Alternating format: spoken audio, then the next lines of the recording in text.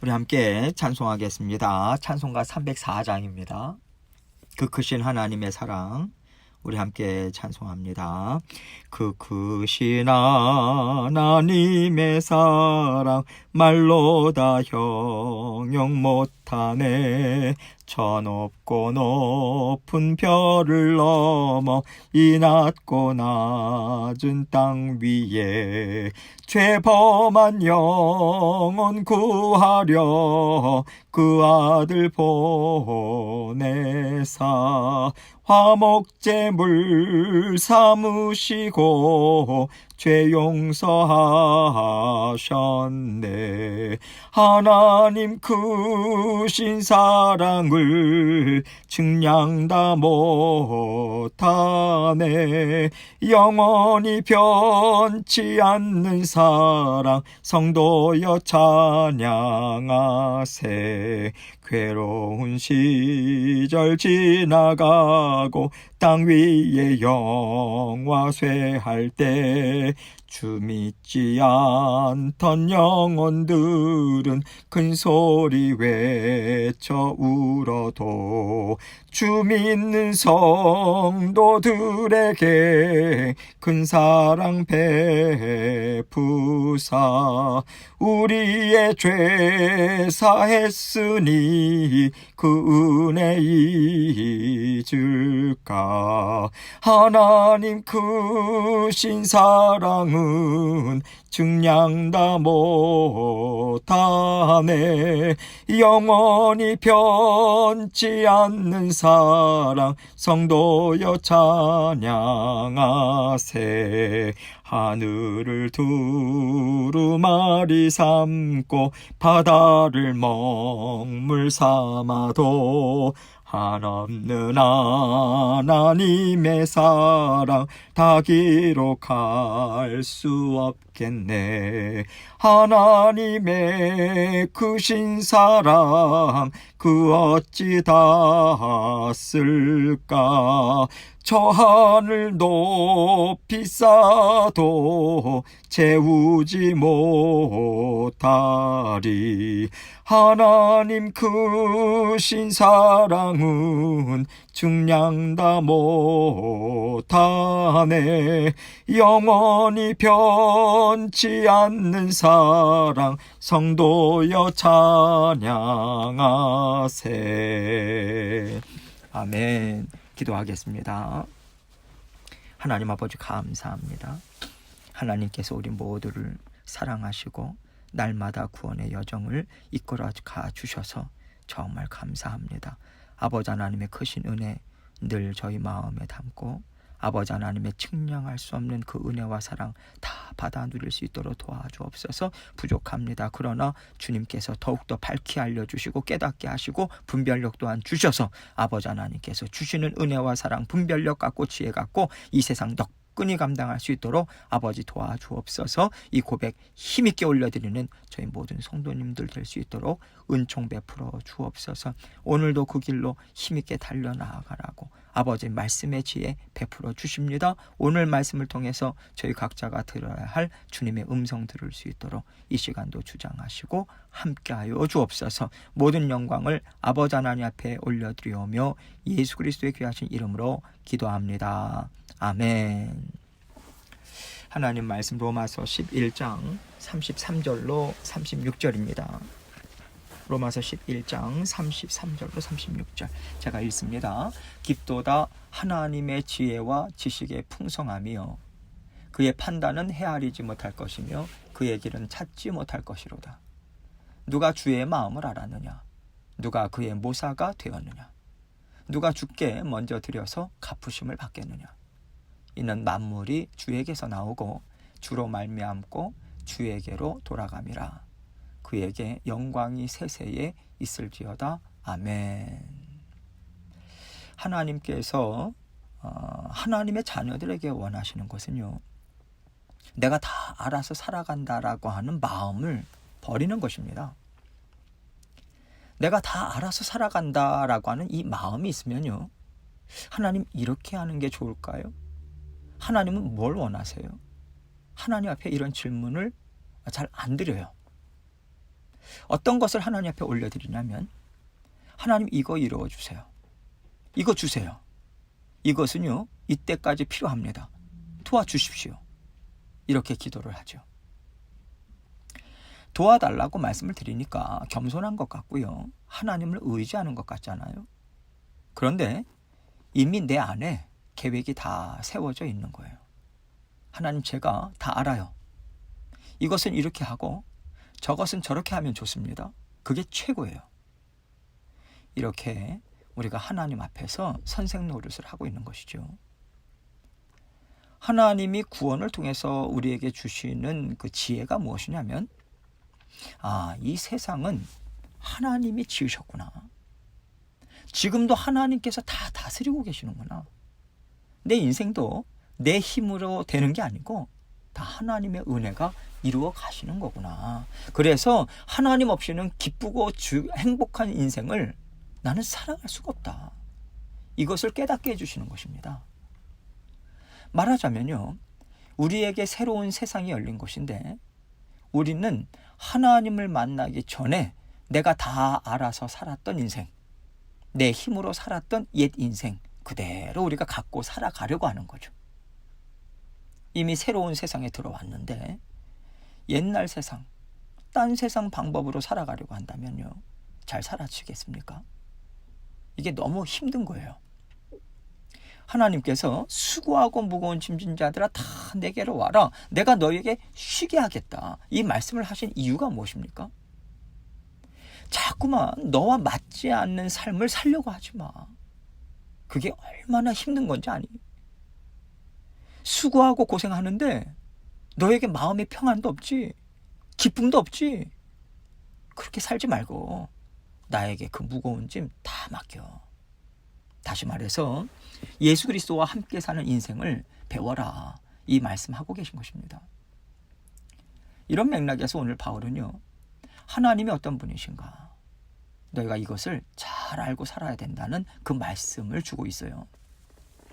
그런데 로마서의 그 흐름을 지금까지 이렇게 살펴볼 때 지금 바울은요 어떤 맥락에서 이 말을 하고 있냐면, 하나님이 주신 예수 그리스도를 통한 새로운 구원 역사, 이것을요 유대인들이 지금 받지 못하고 있어요. 받아들이지 않고 있어요.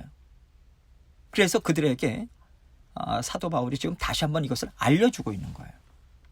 이와 동시에 이방인들에게는요, 그들이 믿음으로 구원을 얻었어요.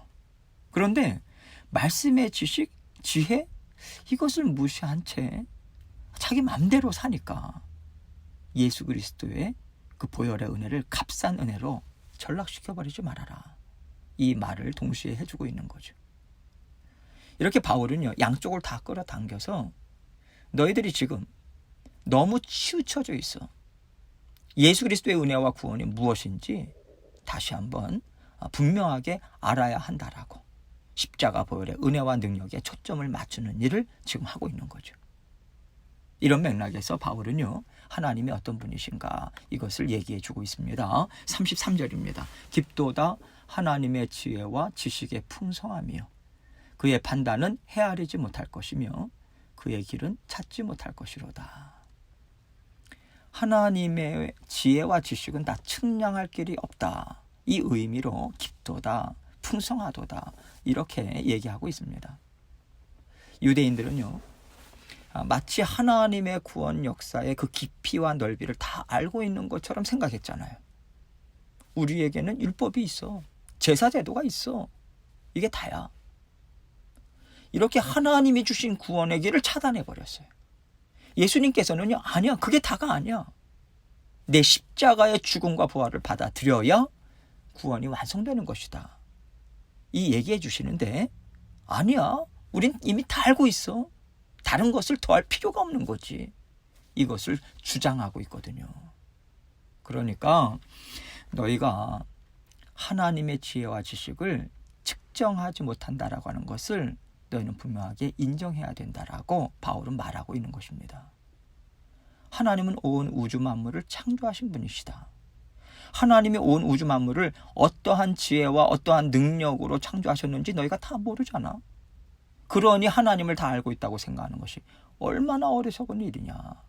이 심정으로 유대인들에게 말하고 있는 거죠. 또한 이방인들에게는요, 예수 그리스도께서 구원의 길을 열어주셨는데 너희가 예수 그리스도의 십자가 대속의 죽으심, 그 부활에 담겨있는 은혜와 능력을 다 알고 있느냐? 이것 얘기해 주는 것 아니겠어요? 그의 판단은 헤아리지 못한다, 이렇게 얘기하고 있습니다. 지금까지 유대인들은 하나님의 은혜와 사랑을 받아왔어요. 이방인들이 하나님을 대적하고 조롱하고 판단할 때 유대인들은 하나님을 아는 지혜와 지식으로 하나님의 뜻을 이루어가는 일에 동참해 왔습니다. 그런데 그들이 지금 하나님으로부터 옳지 못하다, 이 판단을 받고 있잖아요. 그리고 그로 인해서 이방인들이 풍성한 은혜를 받아 누리게 된 것입니다. 유대인들이 복음을 거절함을 통해서 그 은혜가 이방인들에게 흘러갔거든요. 그 은혜를 받아 누리기 위한 그 하나님의 은혜와 구원의 손길이 계속해서 지금 펼쳐지고 있다. 그 하나님의 주권적인 은혜로 지금 이러한 일들을 이루어가고 있다라고 하는 얘기까지 바울은 하고 있는 거예요. 그래서 그의 길은 찾지 못할 것이다, 이렇게 말하고 있는 거죠. 때마다 하나님께서 하시는 일은 다 헤아릴 길이 없다는 거예요. 하나님이 열어주시는 인생길, 구원의 길은요, 이것이다 저것이다 우리가 판단할 수 없습니다. 이미 다 나는 알고 있다, 이렇게 얘기할 수도 없다라고 지금 얘기해 주고 있는 거죠. 다시 말해서 유대인이든 이방인이든 하나님께서는 지극히 사랑하심으로 그들 각자의 인생을 이끌어 가고 있는 거예요. 그래서 하나님께서는 때를 따라 돕는 은혜로 하나님께서는 하나님의 주권적인 뜻 가운데, 선하신 뜻 가운데 이루어 가고 있는 것입니다. 그래서 서로 하나님이 베풀어 주시는 은혜에 기뻐하고 만족하고 소망을 갖고 함께 살아가야 된다, 이것을 지금 얘기해 주고 있는 거죠. 하나님께서 때로는요, 우리가 이해할 수 없는 일들을 이루어 가십니다. 우리가 모든 것을 다 이해해서 하나님의 자녀로 살아갈 수 있는 게 아니지 않습니까? 때로는 우리가요, 저 사람은 하나님의 복을 받아서는 안 되는 사람이라, 이렇게 우리가 생각할 때가 있어요. 너무 악하거든요. 대표적인 사람이 사도 바울 아닙니까? 그가 바울이 되기 전 사울로 살아갈 때 예수님께 한 짓을 보세요.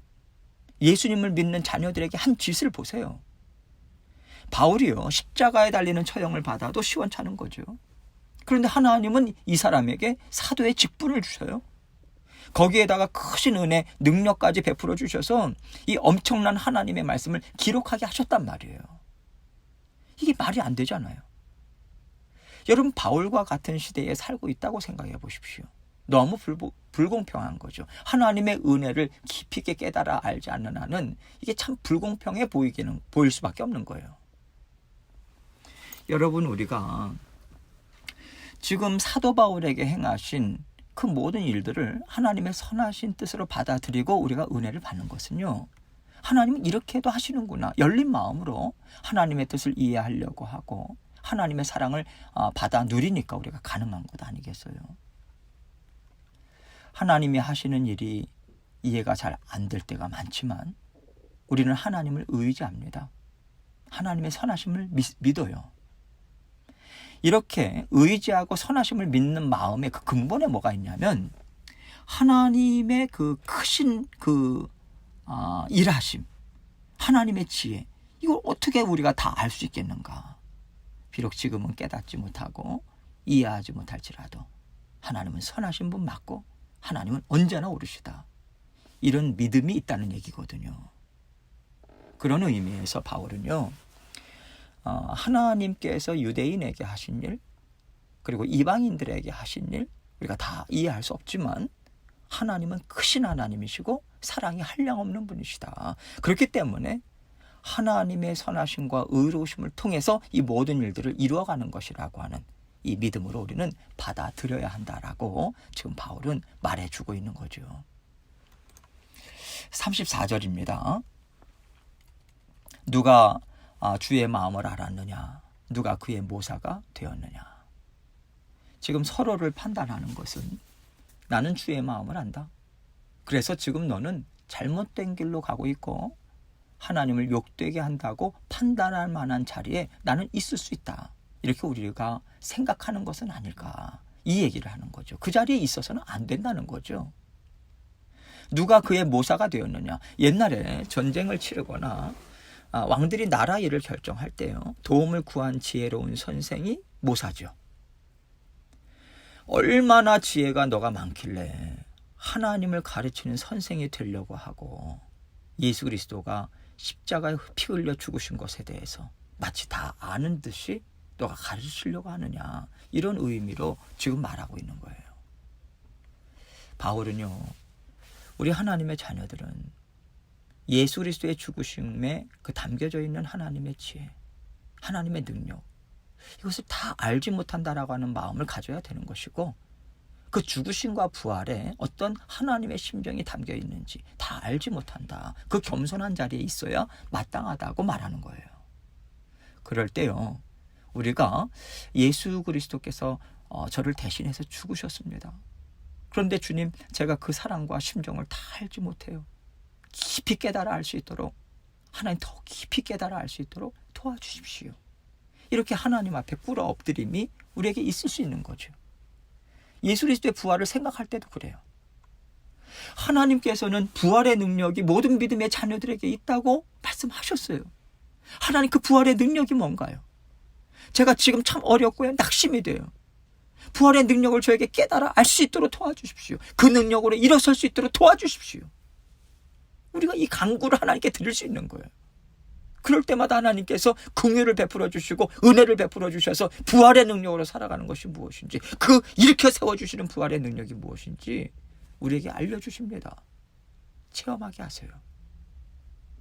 이렇게 하나님 앞에 지혜와 은혜를 구하는 심령이 날마다 우리를 새롭게 하고요, 내가 어떻게 살아갈 것인가, 이것에 대한 지혜를 배울 수 있도록 하나님께서 이끌어 주십니다.